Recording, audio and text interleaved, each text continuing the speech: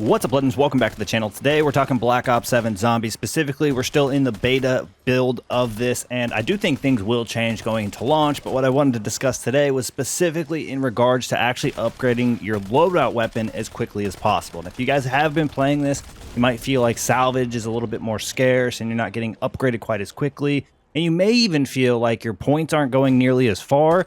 But honestly, there are some reasons for this, and I think if you follow this strategy, not only will you end up with more points later, it will just make the run significantly easier. Although I will say this is a bit of a tedious process. If nothing changes going into launch, especially on the survival maps, I don't know what the other survival maps have in store for us in Season 1, but this one will be available on launch, and I do expect to do this exact same strategy when launch does come. So the first thing you're going to want to do when you get in, obviously, is turn on the power. You can just shoot all the spores off. Make sure you shoot the big one at the top. If you're using a pistol, it's incredibly difficult, but most of you guys are probably choosing something that isn't a pistol and should be able to do that fairly easy. You go into the barn and you turn on the power. Now, I chose to run the Rampage Inducer, which makes me feel like this should be even easier for those of you who don't. Obviously, there is varying levels of skill, so even though I'm showing you guys what I think is a very easy strategy to follow, there may be some of you that struggle along the way. But at this point, what you're going to want to do is make your way toward round 7, or at least make it to the point where you're able to pack-a-punch your weapon to level 1.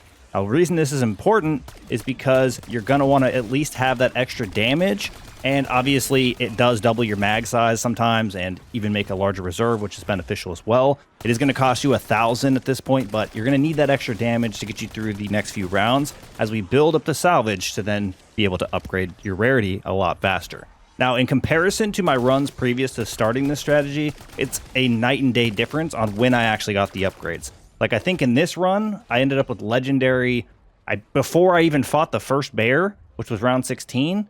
Prior to this, I was getting Legendary in the 30s. So even if you don't follow this exactly, you just utilize part of this along your journey, you will be a lot more successful in your upgrading process than you were previous to this. So now that we're on round 7, I'm going to save myself 1 zombie, and you're going to want to go ahead and open up the door to the mystery box. This is why it's kind of important to wait a little bit into this, because you do want to build up enough points, get your pack, that way you're not worried about damage. Then you can start opening up some extra doors, like I said, the mystery box room, and now you can hit the mystery box.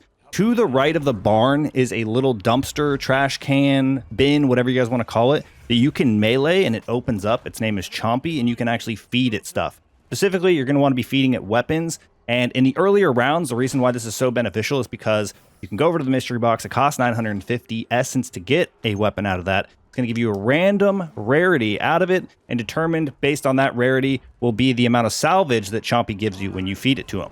So, in the earlier rounds, obviously, like I said, it's easier to get away with not having specific things like excess perks, and just spending a lot of currency in the early rounds just isn't necessary is kind of my point. So you are able to kind of take advantage of the early rounds by heading over to the mystery box, being able to hit it, grabbing the weapon, going over to Chompy, deliver it, wait for it to spit out the salvage. Again, I think the lowest I got was 150. Most of the time it was 250 or more. And if you had one of the higher rarity weapons like Epic or Legendary, there was even the time where you could get the maximum salvage amount, which I was getting at 1,000. Now, one thing to keep in mind, obviously, is in the earlier rounds, the odds of you getting a higher rarity weapon are a little bit lower. So you're going to get lower return more than likely on the salvage by hitting the box in the earlier rounds. But it will go further because I did this for round 7 and round 8. And by the end of round 8, I was able to go acquire the rare rarity, which is in line, if not slightly earlier, than when you would normally get it in Black Ops 6 if you weren't doing a side egg for a specific ether tool. Now, like I said earlier, this is a bit of a tedious process because at the end of each round, you want to save a zombie, you want to go hit the box, you want to take the weapon over to Chompy, feed it to him, get the salvage, go back to the box, grab another one. You could do this 3 times a round to maximize your salvage amounts. And obviously, depending on the weapons that you get will determine the outcome of your salvage. But I think even with the worst case scenario, it's going to be incredibly beneficial. And obviously, as the rounds progress, there is a higher chance you get Epic. There's a higher chance you get Legendary, delivering you those 1,000 point or 1,000 salvage hits that you may not normally get if you were just shooting zombies, right? So significantly faster to be able to gather up the salvage this way. And you're not spending more than like 2,800 essence each round, which although you think is going to hurt you later, isn't that big of a deal in the early rounds. You're not going to have perks. You're not going to have anything that you have to spend currency on. And honestly, in the early rounds, you should be able to teach yourself to train the zombies a bit more so that you're not buying so many items in the earlier rounds and allowing yourself to actually build up the power of your weapon which I believe to be one of the most important parts of the experience, because the stronger the weapon, the less points you got to spend on ammo. The less points you got to spend on ammo, the more likely you are to have those points to buy upgrades. The more upgrades you get, the more powerful you are, the longer that you survive. Your survivability in the early rounds isn't so much on the stuff that you purchase, but more so the decisions that you make to lead to you having the most points possible in those later rounds.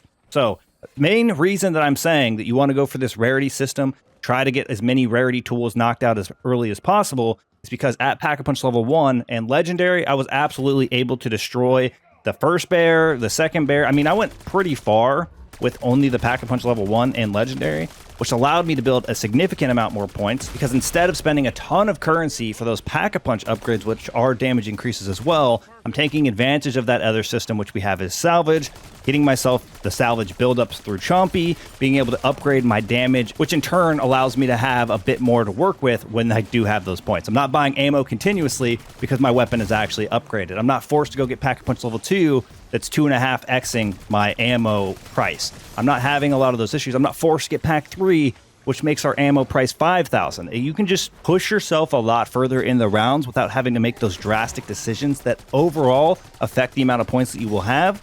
And even though, like I said, it's a tedious process, I think in the end, it was definitely way more worth it, because I was able to get through the later rounds once I actually got Legendary acquired significantly faster than I was previously, because I wasn't getting those damage increases quite as often, even though I was still able to out-strategize the zombies and eliminate them. It was just taking a significant amount more time. A good example is, I think when I went to round 44 with the Rampage Inducer, it was like an hour 20, hour 30-minute match. Whereas in Black Ops 6, there's many times where we can do that even in under an hour, or just a tad over an hour. So even though I had the Rampage Inducer on, it was significantly slower, and that's actually what led to me actually looking into this strategy, because I felt like there has to be a way to maximize, there has to be a way to utilize the loadout more, and even though it is a beta, I think some of you might want to set up the weapon of your choice and still go in and have the best, experience possible. So I thought that there would be a lot of you that would be interested in this strategy and how you guys can just min-max or at least improve the experience that you're having. But my hope is after watching this video, you guys will be able to dive in, maybe reconsider the decisions that you're making and when you're making them, try to take advantage of Chompy a little bit more, and then maybe you guys will come back to this video after a couple of rounds and let me know how much your experience has increased. But that is going to wrap things up for us here. Thank you guys for all the support in today's video, all the support in the channel, and I look forward to seeing y'all in the next one. Peace!